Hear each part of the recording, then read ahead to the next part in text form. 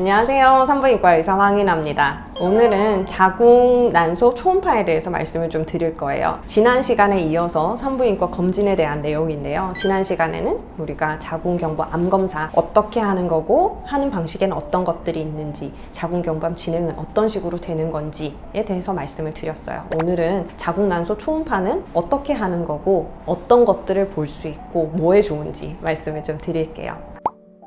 자궁 난소 초음파는요, 우리가 이제 산부인과에서 가장 많이 하는 검사 중에 하나예요. 산부인과 의사들은요, 모두 초음파를 다루는 데는 상당히 고수입니다. 자궁 난소는 물론이고요, 상과를 할 때 태아 초음파를 보면서 이 스킬을 굉장히 많이 습득을 하게 되는데요. 애기들 같은 경우는 포지션이 우리가 원하는 자리에 있지도 않고, 그리고 굉장히 작을 때부터 보기 시작해야 되기 때문에 손발 보는 거, 안에 장기 보는 거, 이런 것들을 다 습득을 하기 때문에 사실 산부인과 의사들에게 자궁 난소 초음파는 굉장히 쉬운 초음파에 속해요. 그래서 이런 검사들은 굉장히 어렵지 않게 할 수 있고요. 검사 비용이나 검사에 들이는 노력에 비해서 굉장히 많은 정보들을 알아낼 수가 있거든요. 검진을 하실 때도 초음파를 활용을 하시면 굉장히 좋고요. 그런 게 아니더라도 내가 배가 아프다든지 생리 아닐 때 출혈이 생긴다든지 생량이 많아지거나 생리통이 심해지거나 이럴 때 그 원인을 찾는 굉장히 유용한 수단으로 우리가 쓰고 있어요. 자궁 난소 초음파는 어떤 식으로 시행이 되냐면요, 대부분은 경질 초음파로 봅니다. 경질이라는 거는 질을 통해서 본다는 거예요. 프로브가 좀 길쭉한 프로브가 있어요. 굉장히 작고 얇아요. 걱정하지 않으셔도 돼요. 그거를 질 안에 쏙 넣어서 검사를 하게 되고요. 이거의 장점은 뭐냐면 이게 볼 수 있는 게 굉장히 안쪽 깊숙이 들어가다 보니까 자궁이랑 난소를 정말 가까이에서 볼 수 있어요. 가까이에서 초음파를 본다는 건 어떤 의미냐면 조금 더 정확한 이미지, 또렷한 이미지, 그러면서도 크게 볼 수가 있는 거죠. 대부분은 경질 초음파를 하는데 간혹 가다가 굉장히 여의치 않아서 배를 통해서 초음파를 볼 때가 있거든요. 복부 초음파죠. 그거로 봤을 때는 자궁이 너무너무 멀리 있고요, 난소도 너무너무 멀리 있고 너무 작게 보이고, 확대를 한다 그래도 촬영할 때 확대해보잖아요. 확대를 했을 때의 정확도가 굉장히 떨어진다는 거 아실 수 있잖아요. 막 흐리게 보이고 이런 것들이 있잖아요. 그런 것처럼 잘 안 보여요. 그런데 경질 초음파를 통해서 보게 되면 자궁도 굉장히 또렷하게 보이고, 자궁 안에 있는 혹이라든지 자궁 내막 상태라든지 혹으로 가는 혈류라든지 이런 것까지 다 정확하게 볼 수가 있고요. 난소도 마찬가지예요. 난소의 크기, 난소의 모양, 그리고 혹이 있다면 혹 안에 어떤 성분들이 들어있는지까지 잘 볼 수가 있고요. 난포도 준비되어 있는 난포들이 사이즈는 어떤지, 개수는 몇 개인지 이런 것들까지 다 볼 수가 있어요. 그런데 배를 통해서 보면 저 멀리 조그맣게 난소가 있기 때문에, 난소가 사실 작거든요. 2-3cm 밖에 안 되는 그런 기관이기 때문에 잘 안 보여요. 그런데 경질 초음파로 보면 이런 것들을 굉장히 또렷하게 볼 수가 있어서 좋죠. 그래서 어떤 선생님들은 내과에서 이제 하복부 초음파를 하잖아요. 그러면 자궁 난소를 봐주시기도 하는데 난소 찾기는 굉장히 힘들다고 하시고요. 자궁도 잘 보지 못할 때가 많아요. 많은 분들이 그 종합 건강검진을 받으세요. 그러면 건강검진 안에 초음파가 들어있으니까 나는 초음파를 다 봤다라고 생각을 하시더라고요. 그런데 그런 검사에서 자궁과 난소 상태를 명확하게 보기는 굉장히 힘들어요. 어떤 이제 의뢰가 와서 제가 다시 확인을 하게 되면요, 내과나 다른 검진센터 이런 데서 검사를 해서 오시는데요, 자궁에 혹이 있다 이랬는데 제가 보면 난소에 혹이 있거나, 난소에 혹이 있다 이랬는데 제가 봤을 땐 난소에 혹이 없고 자궁에 있거나, 아니면 아예 없기도 하고요. 혹이 아닌 걸 혹으로 보는 경우도 생기고, 어느 쪽에 있는지 명확하게 구별하지 못하는 경우도 생겨요. 그래서 산부인과 의사 입장에서 봤을 때는 그거는 굉장히 우리가 시행하는 경질 초음파에 비해서 굉장히 정확도가 떨어지는 검사다라고 볼 수밖에 없어요. 그래서 될 수 있으면 자궁 난소에 대한 검사는 산부인과에 오셔서 산부인과 전문의에게 경질 초음파로 검사 받으시기를 권유를 드리고요. 그런데 내가 성경험이 없다, 그러면 질 초음파를 어떻게 해요? 물어보시거든요. 이럴 때는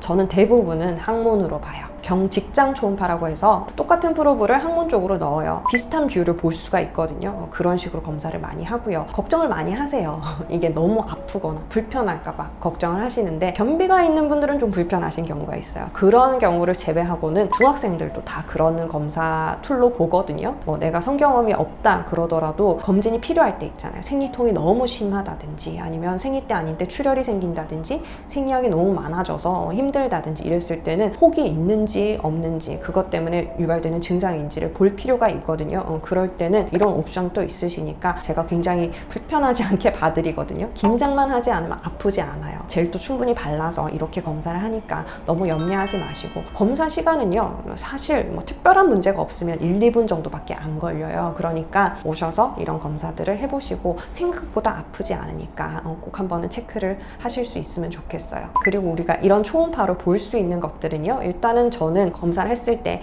자궁과 난소를 보죠. 우리가 검진으로 봤을 때는 자궁 크기는 어느 정도가 되는지, 내 생리 주기에 맞게 내막이 발달하고 있는지, 임신이나 출산에 적합한지 아닌지, 이런 것들을 다 종합적으로 볼 수가 있고요. 혹이 있다 했을 때는 혹 크기는 얼마인지, 혹으로 가는 혈류는 얼마나 들어가는지, 속도는 얼마인지까지 볼 수가 있어요. 그래서 굉장히 정확하고 그런 검사가 가능하고요. 난소도 마찬가지예요. 난소에 뭐 난포는 몇 개나 있는지, 난포 크기는 얼마인지, 뭐 시기에 따라서 잘 자라 올라오는지, 그리고 난소에 생기는 혹이 있다면 혹의 크기는 물론이고 그 혹을 형성하는 성분이 뭔지, 그런 것도 볼 수가 있거든요. 안에 피로 차 있는지, 아니면 기름 같은 걸로 차 있는지, 머리카락 이런 걸로 차 있는 분들도 있거든요. 기형종 같은 경우 두께는 어떤지, 이런 것까지 봐서 이게 암이 의심이 되는 병변인지 그냥 양성종양인지. 방광의 경우에는 거의 대부분은 잔뇨가 어느 정도 남아있는지, 내가 소변을 보고 남아있는 양이죠. 방광에 남아있는 양이 많은지 아닌지, 이런 것들을 보고, 방광염이 있는 경우에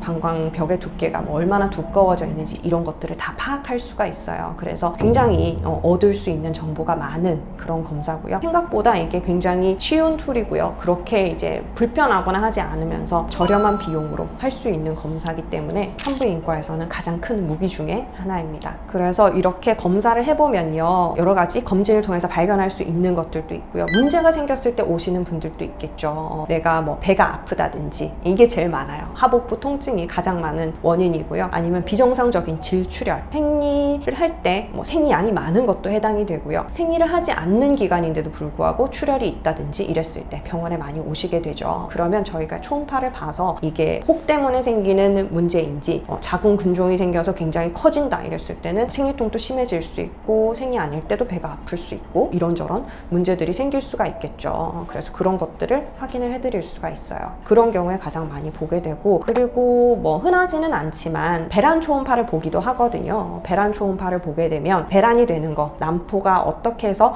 커 올라오는지, 난포의 모양은 어떤지, 그리고 뭐 크는 속도에 따라서 우리가 배란이 언제 될 건지, 이런 것까지 예측을 할 수가 있어요. 요즘은 뭐 생리가 규칙적인 분들은 배란을 예상하기가 쉽기 때문에 고를 때 관계를 하시면 되지만, 생리가 일정하지 않으신 분들, 뭐 30일 주기다가 어떤 때는 40일이 됐다가 피곤하면 50일까지 가는 이런 분들 같은 경우는 언제 내가 배란이 될지 예상을 할 수가 없어요. 나는 임신을 준비를 해야 되는데 언제 관계를 해서 임신이 될지 알 수가 없잖아요. 그럴 때는 이제 산부인과 오셔서 초음파를 봐서 언제쯤 배란이 될 건지, 언제쯤 관계를 하면 이게 확률이 가장 높을지를 보고 시도를 해보실 수 있는 거예요. 물론 뭐 매일매일 열심히 하셔도 되죠. 그렇지만 우리는 빨리 됐으면 좋겠고, 잘 됐으면 좋겠고, 체력적인 한계는 있잖아요. 그러다 보니까 1년 내내 그렇게 노력할 수는 없으니까 며칠 정도 굉장히 확률이 높은 날을 뽑아서 관계를 가질 수가 있는 거죠. 그런 효율을 좀 도모해 보기도 해요. 우리가 자궁 안에서는 여러 가지 병변들을 볼 수 있어요. 생리통이 심하거나 이랬을 때는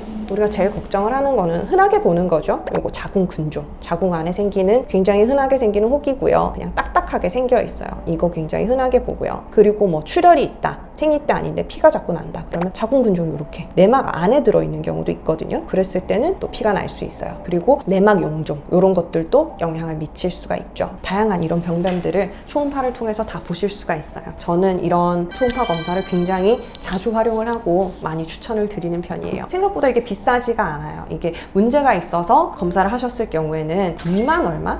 3만 얼마?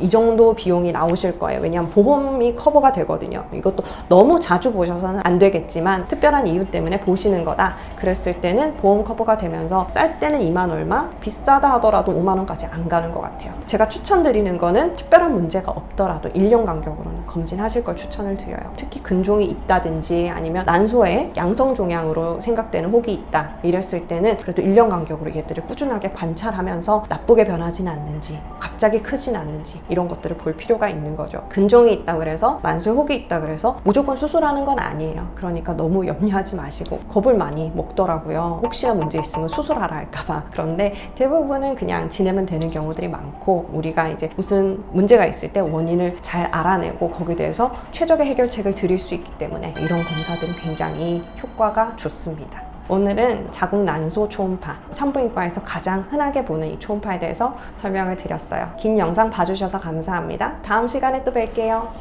바이바이.